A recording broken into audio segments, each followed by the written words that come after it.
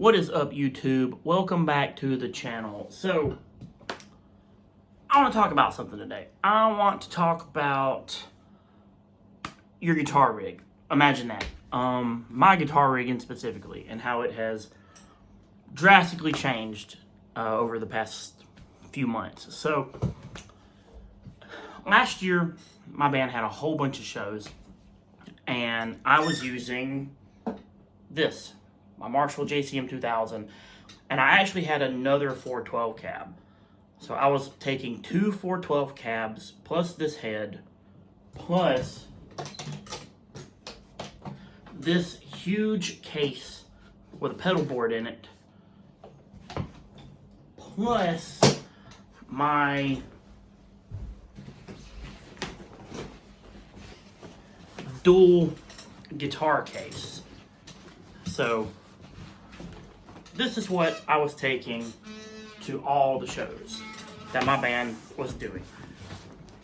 It's a lot of stuff. And I was starting to run into some problems that at first they were just very minor problems. But over the course of playing throughout the year, it really started to bother me. One of them was we play with backing tracks, and our drummer was on a click, and he was the only one on the click. So he was the only one that could hear it. And there were times where he would, like when the click's happening, and I'll say there's like a stop in the song, and I'm not trying to rag on my drummer. My drummer's awesome, but there'd be like a stop, and he would hear the click, and he's supposed to count on the hi-hat for me or our bass player, or whoever is playing by themselves or coming into the next part of the song, right? And like 99% of the time he would do that. But occasionally he wouldn't, and it would really freak me out if it was me and he stopped, and then he's just counting in his head because he can hear the click, and I can't hear anything, and I'm playing, and I'm like, I hope I'm playing in time. And then, the tracks would come in. So that was kind of that was one thing. It was like, yeah, it was kind of a small thing. Those parts usually aren't that long. I can usually count them in my head and come in on time. But it was just an unnecessary, risk, if you will, right? Like, this would be a thing I would really like to not happen ever. Also, even when he would count the part in on the hi-hat or whatever, that kind of irritated me, because on the recorded versions of the songs, we don't do that. It's just a guitar playing by itself, But then when everything comes in, when the backing tracks come in and stuff, it's like that it was just bugging me. I didn't like him having to count on the hi-hat every time there was something like that going on. The other issue I was having was sound guys.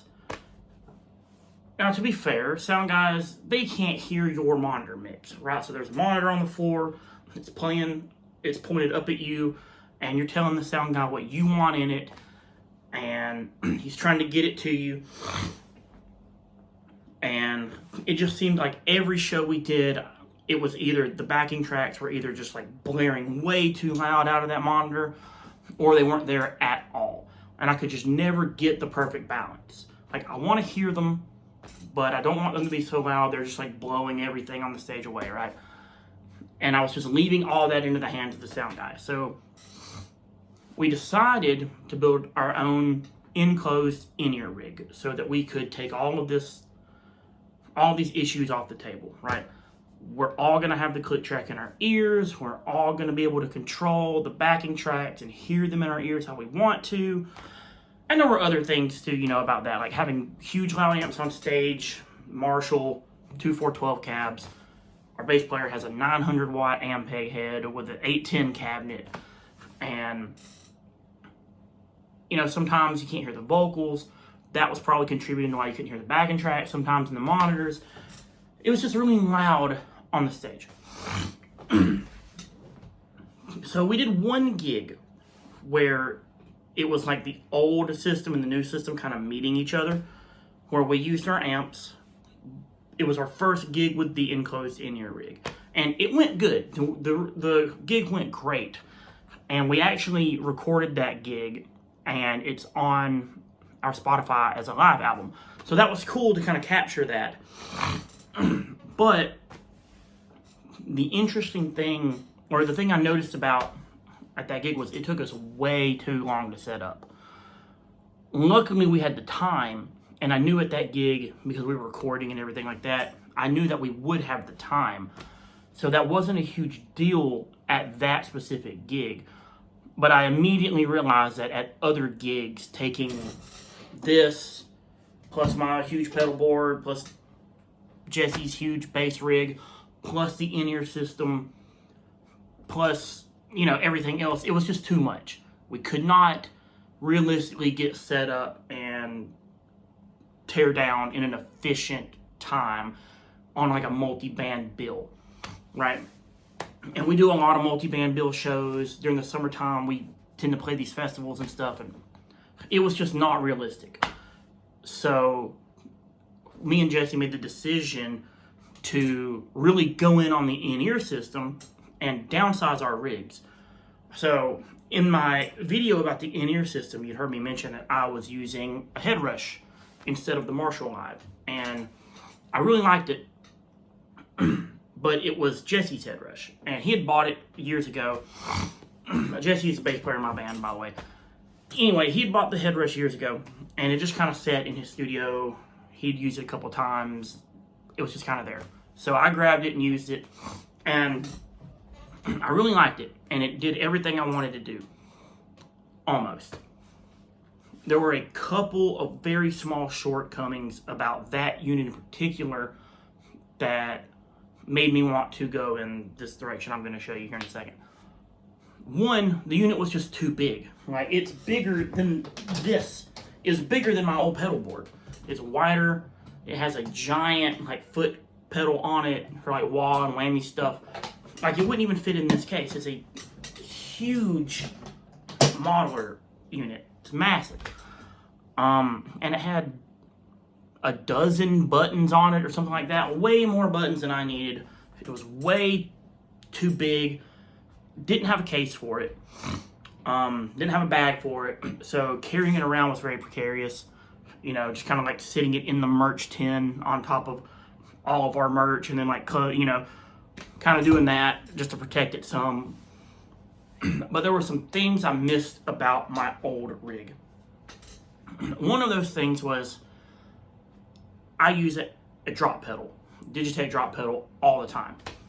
And I missed it. Now the head rush has a drop function on it.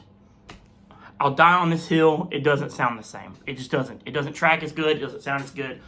I've noticed that on a lot of modelers. It's not just the head rush. A lot of modeling units, for whatever reason, the drop functions are passable, but they don't sound and feel like an actual Digitech drop pedal. They just don't. I use a wah pedal on a couple songs, and I was really missing that. And the reason I was missing that, you say, well, the head rush has a foot pedal on it. I didn't like it. I'm so used to using I use a wah that you don't have to click, and I've been using it for a while, and I hate having to step on that button to engage the wah and bring it back, and then you can start doing it. I hate that. My wah, you put your foot on it, it instantly comes on. You're doing the wah thing. You take your foot off of it, it cuts off. The third thing I was missing was my Boss Terra Echo. I've never come across a pedal that sounds like that. There's nothing in any modeling unit other than like the Boss stuff, because they just put a Terra Echo in their own stuff because it's theirs. So I was missing all those things. And to add them to a pedal board with that other head rush unit was going to make it even bigger, which was out of the question, right? So I did this. I got the head rush MX5, right? Is that what it's called? Yeah, the MX5. And I added it to this pedal board with the effects that I was missing from my traditional pedal board with my amp rig. So kind of a bit of a hybrid rig, if you will. So what we have going on here is, this is a wireless, which I started using too, and it's great, works perfectly, takes up no space on the board, so I didn't have to add extra to the board, so I can just pull this off and throw it in the bag that the board comes in, which is great. Got my drop pedal, got my wah, got the stereo echo. Now this is a stereo direct box. Now the reason the stereo DI box is on there is because the big headrush unit had stereo XLR outs, which I really liked, and I had started running 2 different cabinets, because that's what I did with my amp rig. I ran 2 different cabinets. I ran a cabinet with vintage 30s in it, and I ran a cabinet with the GT12s. Like, that's what this cab has in it. And then I had another Marshall cab that had vintage 30s in it. And I really like the blend of that sound together. So I recorded our last record. That's what I've been doing live. And both of those cabinets are in here. And so I was running stereo out of that unit, left and right, with 1 cab on each side, and I really liked that. So I wanted to do that again with this one, but it only has 1/4 inch outs. So I'm coming out stereo here into this Walrus Audio Canvas DI box, and then I have this very nifty stereo snake cable that I come out of the DI box in and go straight into our in-ear system. So that now has become my entire live rig. The amp that I'm modeling on the headrush for all my rhythm tones is a Soldano SLO-100. Ironically enough, I felt like it sounded closer to my actual rig than like some of the Marshall models did. The Marshall models in here are good. They just seem to be a little more like vintage voiced, and I needed something with more gain, more low end. And if you know anything about SLO-100s, they're like really, they're kind of like in between a Marshall and a 5150. That's how they feel to me anyway. They retained some of that kind of like Marshall character, but they're very 5150-ish as well. So it's like the perfect blend. I love 5150s, I love Marshalls, so Soldano is like right down the middle, and it's like the perfect amp for me, really. So that's what we're going on here. Now you may say, what am I using the foot controller on the headrush for? It's got a Digitech whammy effect built into this. So I have programmed this to be the whammy effect, which I'm really liking. I thought about buying a whammy pedal, but they cost just as much as this does, so, right? But yeah, that is the new live rig. And in the event that I do need stage volume, and this has come up, so I have one of the headrush speakers. It's the 12-inch one. I think it's like 1,000 watts. It's a full range floor monitor, basically. And we've played a couple of smaller shows where that was pretty much all I had, and I had no problems with it. It was plenty loud enough. 1,000 digital solid state, whatever watts versus 2 watts. Not really. It's not a 1-for-1 kind of thing, but that speaker's plenty loud enough. It's got plenty of headroom, and it gives me as much stage volume as I would ever need in any situation. So I haven't been lacking there at all. So yeah, the only other thing is I have my power supply mounted on the bottom here. This power supply will not power the headrush. So I'm having to use the power supply that comes with this, plus this to power all the pedals. Kind of inconvenient. I have a power supply on order that will power this, plus all the other pedals. So when it comes in, all I have to do is swap that out for this, or this out for that, rather. I got a Chalks. I don't know if you've ever looked into them, but they're really nice power supplies. I mean, this DC brick I've had for a long time. It does me very well. I haven't had any problems with it. but it will only do 9 volt and 18 volt, and this is 12 volt. So, you know, just one of those things I didn't think about when I bought this. I didn't realize it was 12 volt. And then when I got it and I started wiring everything up, I went, it's not gonna work. So I ordered another power supply. It'll be here, and then this will officially be done. But I wanted to show you guys some stuff about this pedal board, which I thought was very neat. This is the D'Addario Expand pedal board. So this part can slide into the other part, and the pedal board can be really small. It can be half the size it is. This is fully extended out. So if you need a very small pedal board, this will work. And then if you feel like expanding or adding some things, you can just pull that section out and lock it down, and you got a slightly bigger pedal board. It's a very interesting system. I really like it. It comes with these things in the middle here that you can run the cables through. It's just, all in all, it's a very well thought out pedal board design, especially for a small portable board. It's very durable too. And I got the case for it. So now, instead of hauling around 2 Marshall cabs and a JCM 2000 and the big metal case for my pedal board, it's that bag and the headrush speaker. That's my whole rig. And the guitar case. That's it. I can get it all in the venue in one trip. Put that on my back like this, headrush speaker in this hand, guitar case, wheeling it behind me, into the venue, done, one trip.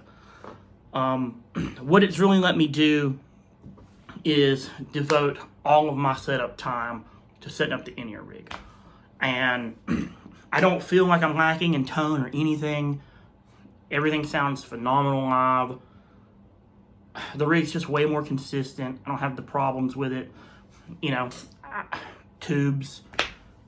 When you gig all the time, you're gonna have problems with tubes. They're gonna blow, they're gonna go bad, you're gonna have to replace them. There's a plethora of other things that could go wrong with a tube head too.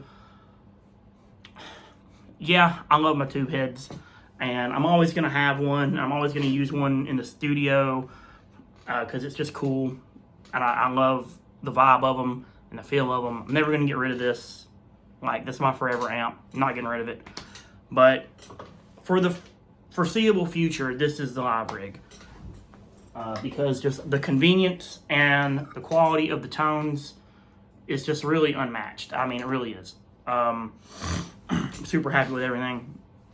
And, you know, as you get older, hauling this huge stuff around is just, it kills you. So this makes things a lot more manageable.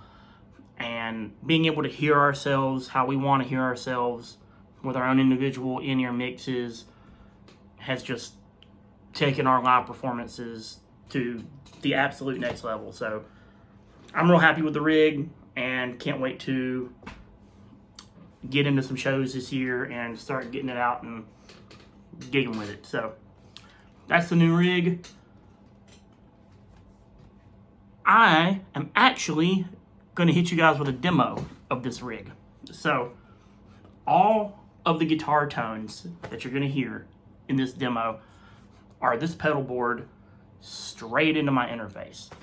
I used my stereo snake cable, went into 2 channels on my interface, and so you're getting the V30 cab and the GT12 cab on the left blended together, and you're also getting them on the right blended together. So it's not really quad tracked, but it's sorta, but not really. I didn't use any post-processing on the rhythm guitars. None. It's just this straight in. On the lead track, I used a little post delay just for some flavor. Because when I was listening to it and mixing it down, I thought, I can put a little more delay on this. So I just added a little post delay, no EQ, nothing. I even used this pedal board for the bass tones. So I used my Gibson Les Paul Jr. bass. That's the other thing. This has bass models on it. So it's an Ampeg bass head with a dark glass B7K in front of it through an Ampeg 810 cabinet. It sounds really good. I did do a little post-processing on the bass. Just a little compression, a little preamp saturation, but nothing crazy, no EQ, anything like that. Just said a little compression, a little saturation, that's it. So listen to it. Let me know in the comments what you guys think about my switch from playing live with the Marshall rig to this. Let me know how y'all think it sounds. Thank y'all for tuning in to the video. If you like this kind of content, hit the like button, hit the subscribe button. Said engage, you know, talk in the comments, ask me questions. That helps the algorithm immensely. So thank you guys so much, and I'll be back next week.